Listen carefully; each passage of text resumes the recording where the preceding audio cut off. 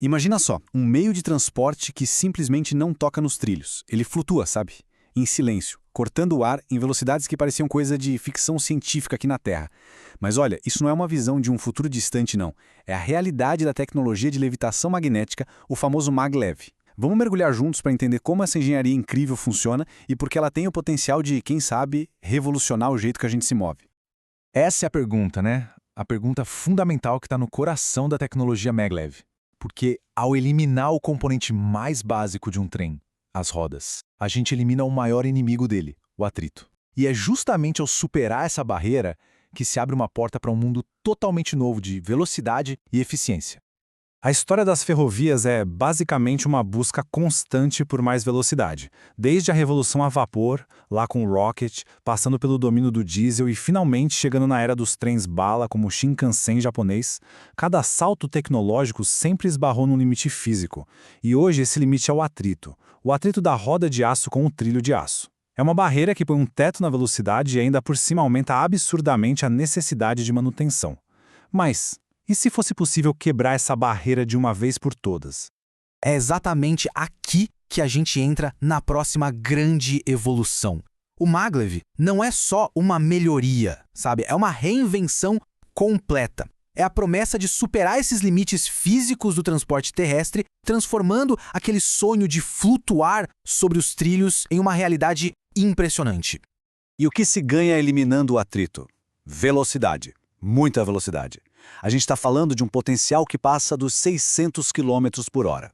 Para ter uma ideia, isso é mais rápido que muito avião turbo-hélice por aí. É o tipo de velocidade que comprime o tempo e o espaço, que conecta as cidades de um jeito que nunca vimos antes. Mas como é que isso funciona, afinal? Não é mágica, é pura física. A tecnologia maglev se baseia em princípios bem fundamentais do eletromagnetismo. E eles são aplicados de duas maneiras principais, que até competem entre si para chegar no mesmo objetivo: fazer o trem levitar. O primeiro método é a tal da suspensão eletromagnética, ou EMS. O princípio aqui é a atração. Pensa assim, ímãs na parte de baixo do trem são atraídos para cima como se estivessem abraçando o trilho. A grande vantagem é que ele consegue levitar mesmo paradinho. Só que tem um desafio enorme, é um sistema instável por natureza. Precisa de computadores super rápidos, ajustando a força magnética o tempo todo para manter um vão minúsculo de uns 10 milímetros. Já o segundo método é a suspensão eletrodinâmica, a EDS. Aqui a lógica é o contrário, repulsão. Ímãs superpotentes no trem, conforme ele se move, criam um campo magnético nos trilhos que repele, que empurra o trem para cima. Ele precisa pegar uma certa velocidade para começar a levitar, mas em compensação é um sistema estável. E ele cria um vão bem maior, de uns 10 centímetros, o que o torna mais tolerante a qualquer imperfeição na via. Essa tabela aqui dá uma visão bem clara da comparação. De um lado, o sistema EMS de Xangai, preciso, levita até parado, mas super complexo de controlar. Do outro, o EDS do Japão, robusto, estável em alta velocidade, mas que precisa de rodas no começo do movimento. São duas filosofias de engenharia, ambas brilhantes, para resolver o mesmíssimo problema, cada uma com seus prós e contras.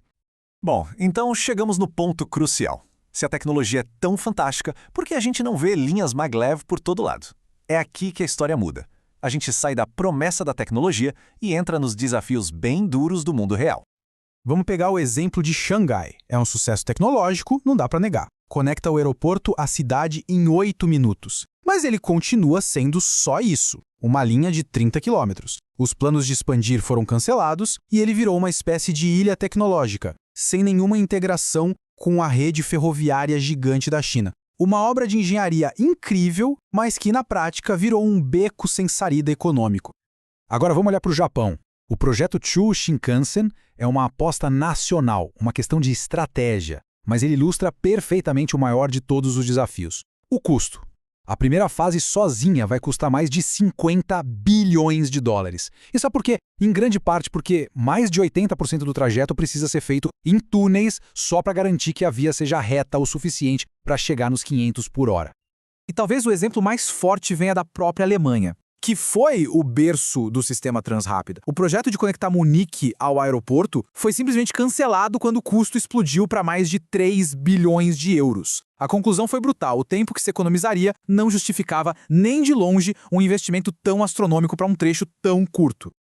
Então, resumindo, os obstáculos são bem claros. O custo inicial de construção é de longe a barreira número 1. Depois vem a falta de interoperabilidade, quer dizer, um maglev não pode usar trilhos normais, o que acaba criando sistemas isolados. E por fim, ele exige um compromisso político e financeiro de longuíssimo prazo, algo que poucos governos estão dispostos ou são capazes de assumir. Mas a história não acaba aqui, não.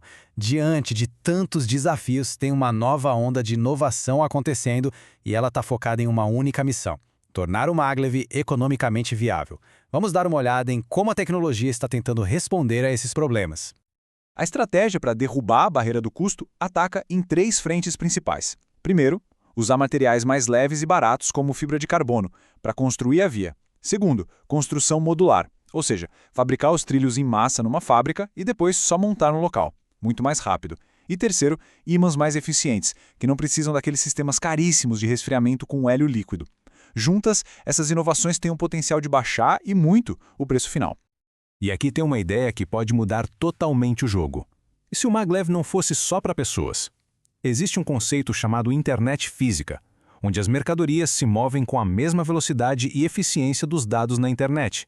Maglevs de carga poderiam ligar portos a centros de distribuição em velocidades incríveis, resolvendo um dos maiores gargalos da logística de hoje e, de quebra, criando uma nova fonte de receita para ajudar a pagar pela infraestrutura. Agora, do ponto de vista ambiental, o maglev realmente brilha quando está em operação. Como dá para ver nesse gráfico, a eficiência energética por passageiro é muito, mas muito maior que a de voos de curta distância. Isso torna uma alternativa verde poderosíssima para substituir essas rotas aéreas que poluem tanto. Só que aí entra o paradoxo. A construção da infraestrutura de um maglev é uma coisa massiva que usa muito concreto e aço, e isso gera uma pegada de carbono inicial gigantesca, muitas vezes maior que a de um trem de alta velocidade comum. É como se ele começasse com um débito de carbono que precisa ser pago ao longo de décadas de operação limpa. E isso tudo nos leva à questão final. Depois de analisar a tecnologia, os custos, as inovações, qual é, afinal, o lugar do maglev no futuro dos transportes? Ele é uma solução para tudo ou algo bem mais específico? Essa metáfora aqui resume a história perfeitamente. O maglev não é uma marreta para sair quebrando tudo e substituindo todas as ferrovias. Ele é um bisturi cirúrgico, uma ferramenta de altíssima precisão para ser usada em cenários muito específicos, onde nenhuma outra solução consegue resolver o problema. Então, o cálculo fica claro. Ele não faz sentido para distâncias curtas ou para se conectar com redes que já existem.